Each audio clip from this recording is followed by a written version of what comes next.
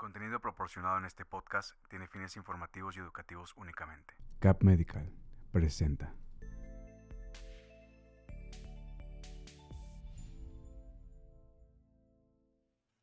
Hola, ¿qué tal? Ay, se descuadró todo el doctor. En producción arregla todo esto. Hola, doc, ¿cómo está? Buenas tardes, bienvenidos a una nueva consulta virtual. Estoy aquí en unidad de neurología y neurooncología. Ahí está, ya se ve mejor. Mucho mejor. El día de hoy a un tema interesante. Nunca lo había tocado más que me ha tocado a mí. Un tema que ya hemos tocado aquí, pero en adultos. El día de hoy estoy aquí con el doctor Alcides Lozano, creador y fundador de este proyecto, y vamos a hablar de epilepsia en los adolescentes. ¿Cómo está, doc? Hola, ¿qué tal? Buenas tardes. Pues bienvenidos nuevamente a una nueva transmisión de Uno. Y pues sí, el día de hoy quiero hablar de un tema que es sobre la epilepsia en el adolescente.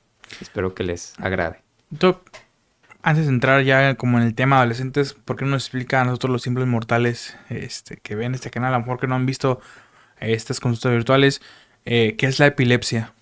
Bueno, la epilepsia es una enfermedad neurológica muy frecuente en la cual la persona tiene esta predisposición para presentar de manera espontánea crisis epilépticas. Ahora, para que entremos dentro del contexto de lo que significa esta enfermedad, se estima que alrededor del 8 al 10% de la población mundial va a llegar a presentar una crisis en algún momento de su vida. Sin embargo, esto no quiere decir que son epilépticos. ¿Por qué? Porque de ese 8 o 10% solamente 2 o 3 sí van a tener esta predisposición para tener crisis de manera espontánea. O sea, que sí pueden llegar a desarrollar epilepsia. Entonces, las causas de las crisis son muchas. Generalmente cuando ocurren las crisis debemos de investigar si hay algún evento o alguna causa que pudo haber provocado o favorecido la crisis en el paciente. Y otro dato muy importante a saber es que no todas las crisis epilépticas son iguales. La mayoría de las veces la gente las caracteriza como estos episodios donde la persona presenta movimientos involuntarios muy violentos en el cuerpo, que pues obviamente pues pueden ser muy impactantes, pero no son el único tipo de crisis que pueden llegar a presentar los pacientes, y pues es la labor del médico, en este caso pues generalmente el médico neurólogo, de poder catalogarlo al paciente qué tipo de crisis presentó para saber o tratar de determinar la causa de las mismas. Entonces, epilepsia ya es cuando este paciente ya tiene una predisposición para presentar las crisis ya de manera espontánea, o sea que no hay como tal un evento desencadenante en la gran mayoría de los pacientes que las esté provocando, y obviamente esto le amerita que el paciente esté bajo un tratamiento el cual va a disminuir la probabilidad de que vuelva a tener un episodio en el futuro. Así es, doc, y hablando ya más en materia, ¿no? Hablamos de causas posibles de la epilepsia como general, pero usted como experto neurólogo, ¿cuáles son las causas más comunes pero en la epilepsia en adolescentes? Bueno, hay que tomar en cuenta que la epilepsia en el adolescente sí existen varias causas, algunas son genéticas. Esto quiere decir que hay alguna alteración en los genes del paciente que predispone a presentar cierto tipo de crisis o de epilepsia en algunos de ellos. Puede haber también alguna lesión estructural en los pacientes, pero no en todos los casos vamos a poder llegar a determinar la causa, porque eso también es una pregunta que se hace muy frecuentemente en la consulta de neurología, sobre todo en el paciente que va debutando con las crisis, el hecho de decir o poder responder la pregunta del por qué están presentando los episodios. Y esto también tiene que ver con la complejidad de esta enfermedad. Por eso el diagnóstico de la enfermedad sigue siendo clínico. Los estudios de imagen, tomografía, resonancia, incluso el electroencefalograma son estudios que nos pueden ayudar a completar el diagnóstico, pero no por el hecho de que salgan normales quiere decir que el paciente no tiene la enfermedad. Entonces, las causas son muchas, algunas son genéticas, algunas estructurales, pero no siempre vamos a poder llegar a determinar la causa de las crisis. Ok, eso está muy interesante, doc, porque como lo menciona, puede que se hagan los estudios, se haga todo bien y que al final de cuentas, como quiera, el paciente tenga epilepsia. Me gustaría hablar acerca un poquito de los signos y síntomas, ¿no? Sabemos que, bueno, yo no soy padre, pero uno como padre conoce mejor a sus hijos que a sus propios hijos. Entonces, ¿qué signos o qué síntomas los padres deben tener en cuenta como para ya sea prevenir o ya sea como estar alerta más que nada, Doc, porque no sabemos si se puede prevenir como el episodio de epilepsia, para que estos niños o adolescentes que tienen epilepsia tengan como que las medidas adecuadas. Sí, es una pregunta muy importante. Bueno, la verdad es que esto vamos a responder mucho en la información que nos puedan dar los pacientes. Ujú. En el caso de los adolescentes, pues también vamos a depender mucho de la información que nos puedan dar los padres, porque bueno, es lo más frecuente que puede llegar a pasar es que el paciente llega a la consulta cuando tuvo una crisis generalizada, generalmente es una crisis tónico-clónica, que son, como les comentaba, estos episodios de movimientos involuntarios muy violentos en los pacientes y eso fue lo que amerita que el paciente acuda a consulta. Cuando ocurren este tipo de crisis, pues el paciente realmente no nos puede aportar mucha información de qué es lo que pasa durante el episodio porque generalmente hay una alteración de la conciencia del paciente. Entonces, si no hay una persona testigo, alguien que haya visto el episodio, difícilmente vamos a poder recabar mucha información. Pero también es muy importante los antecedentes del paciente porque, bueno, no todas las crisis van a iniciar de esta manera. A Ujú. veces el paciente va a llegar a tener ciertos episodios, como digamos en la epilepsia mioclónica juvenil, en la cual el paciente puede iniciar con movimientos como de sacudidas en los brazos. Generalmente en las extremidades al nivel superior, es donde más frecuentemente se llegan a ver. Y el paciente, como es un paciente, pues a lo mejor que no está muy enterado, y eso es algo muy frecuente porque realmente no tienen por qué saberlo, pero son episodios de sacudidas que generalmente ocurren al despertar y incluso no le toman cierta importancia, no le toman esa relevancia que pudiera tener y a veces lo refieren como movimientos torpes en los brazos. Se pueden estar peinando en la mañana, ven estas sacudidas en sus brazos y ya, fue un episodio muy breve que para ellos pues, puede ser algo muy, muy discreto. O a veces inclusive pueden tener también lo que se llama episodios o crisis de ausencia, que también hay una variante de epilepsia de ausencia, de crisis de ausencia en el adolescente. Y la persona durante estos episodios, digamos que tiene un episodio de desconexión, en Mm. la cual puede estar con los ojos abiertos, pero durante ese lapso, ese breve lapso que duran unos segundos, generalmente la persona no recuerda qué era lo que estaba haciendo e inmediatamente cuando se recupera, sigue haciendo la actividad que previamente estaba haciendo en el episodio y a veces puede tener eventos muy breves en donde la persona solamente está parpadeando, haciendo movimientos automáticos, por así decirlo, con los brazos o con las manos o con la boca. Entonces, todos esos datos los recabamos gracias a la información que nos pueden dar los pacientes o los familiares. Y generalmente algunas epilepsias se inician de esa manera, pero ya cuando tienen a acudir a consultas, cuando tienen un movimiento, un episodio de crisis tónico-clónico generalizado, ¿sí? Pero todos esos episodios que también llegaba a tener el paciente son muy importantes. Entonces, esos nos ayudan también a poder hacer el diagnóstico y pues obviamente aquí lo próximo que se debe de realizar pues es un examen neurológico completo para asegurarnos que no haya alguna alteración neurológica que pudiera también favorecer o predisponer este tipo de episodios. E indudablemente, pues aquí lo que tenemos que pedir pues son los estudios complementarios de imagen, que lo ideal es un estudio de resonancia, que también debemos de pedirlo con las secuencias apropiadas o y el estudio también de electroencefalograma. Justamente, Doc, era mi siguiente pregunta, pero antes de ir a ella, qué interesante lo que los acaba de comenzar, ¿no? Como estos dos, se puede decir como síntomas no más que nada, no de prevención, pero sí como de alerta, ¿no? Del movimiento de los brazos y esta como desconexión. Digo, yo también me ha pasado que a veces me desconecto y es como me quedo viendo la nada, me quedo en un zapato y de repente como que, ¿qué estaba haciendo? Y otra vez vuelvo a en sí. No sé si es lo mismo, a lo mejor simplemente... Esa pues realmente es la labor que tenemos nosotros como médicos de asegurarnos o tratar de determinar si efectivamente esos episodios que llega a tener el paciente son compatibles con crisis. ¿Por qué? Porque aquí dentro del otro aspecto que también entra es que hay otras enfermedades que pueden provocar síntomas similares a estos episodios y es donde tenemos que hacer la labor de diagnóstico diferencial, porque lo Wow. primero que tenemos que asegurarnos es de que ese episodio que tuvo el paciente, si es compatible o no con crisis epilépticas.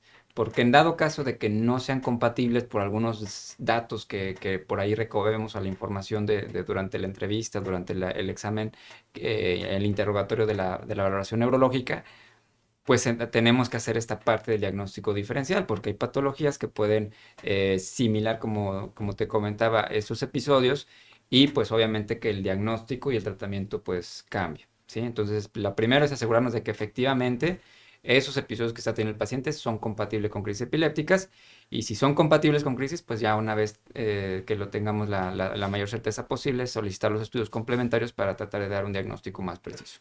Justamente vamos a mi siguiente pregunta, Doc. ¿Cómo usted diagnostica a la epilepsia en adolescentes? Más que nada, o sea, ¿cómo sabemos? Bueno, nos ha explicado aquí anteriormente que el cerebro adolescente aún no se está, sigue desarrollando, sigue cambiando, sigue formándose. Es muy difícil diagnosticar una epilepsia en un cerebro que apenas sigue desarrollando, se sigue desarrollando. Sí es complicado porque, como te digo, una parte fundamental del diagnóstico es lo que nosotros podamos recabar de toda la información, antecedentes del paciente, lo que presenta durante los episodios, lo que pueden aportar inclusive los testigos, los padres principalmente, para tratar de asegurarnos de que estos episodios son compatibles con crisis epilépticas o no.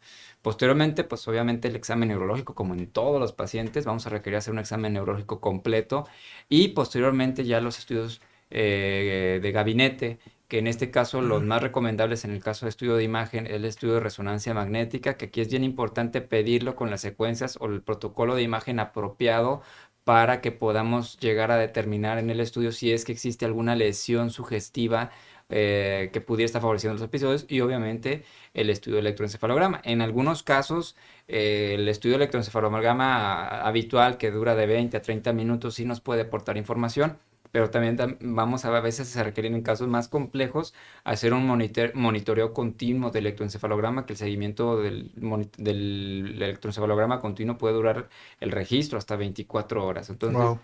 no es fácil a veces hacer el diagnóstico, pero aún a pesar de todo, de las herramientas diagnósticas que tenemos, estudios de imagen, electroencefalograma, los estudios de laboratorio generalmente nos ayudan para descartar o no si hay algún factor predisponente en los pacientes, pero realmente no nos van a dar el diagnóstico como tal.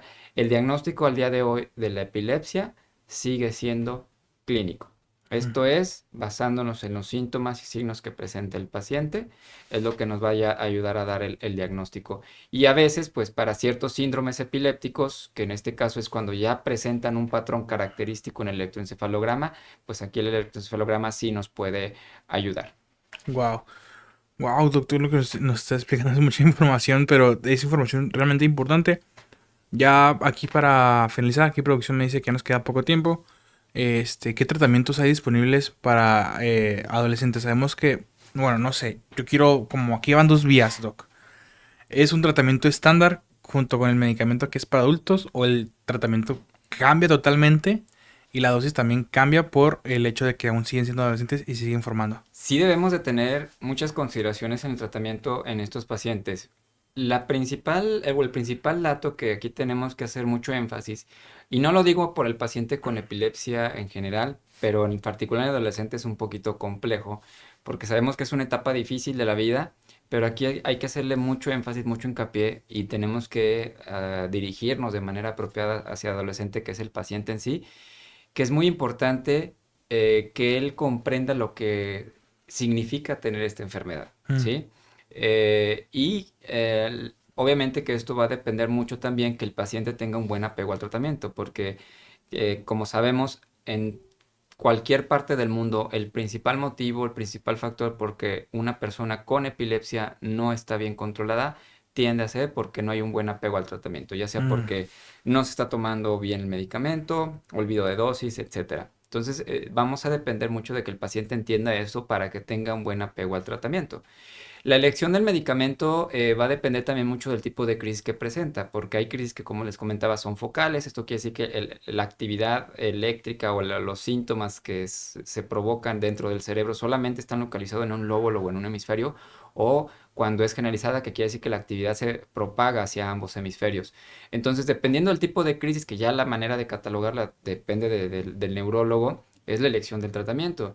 Y otro factor aquí importante también es considerar Bueno, si bien tenemos medicamentos de primera línea para cierto tipo de crisis, debemos de considerar también los efectos secundarios que pudiera llegar a presentar los pacientes.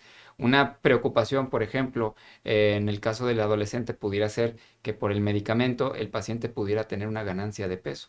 Entonces es un Ok. factor también muy importante y aunque pudiera ser un tratamiento apropiado para el paciente, si este efecto secundario está provocando, va a llegar a provocar en algún momento que el paciente deje de tomarlo, porque si está ganando peso por el medicamento, va a llegar un momento en que no lo va a querer tomar y eso obviamente va a provocar descontrol de la enfermedad. Entonces, ¿por qué no poder optar por otro medicamento que también le controle sus crisis sin que presente este efecto secundario?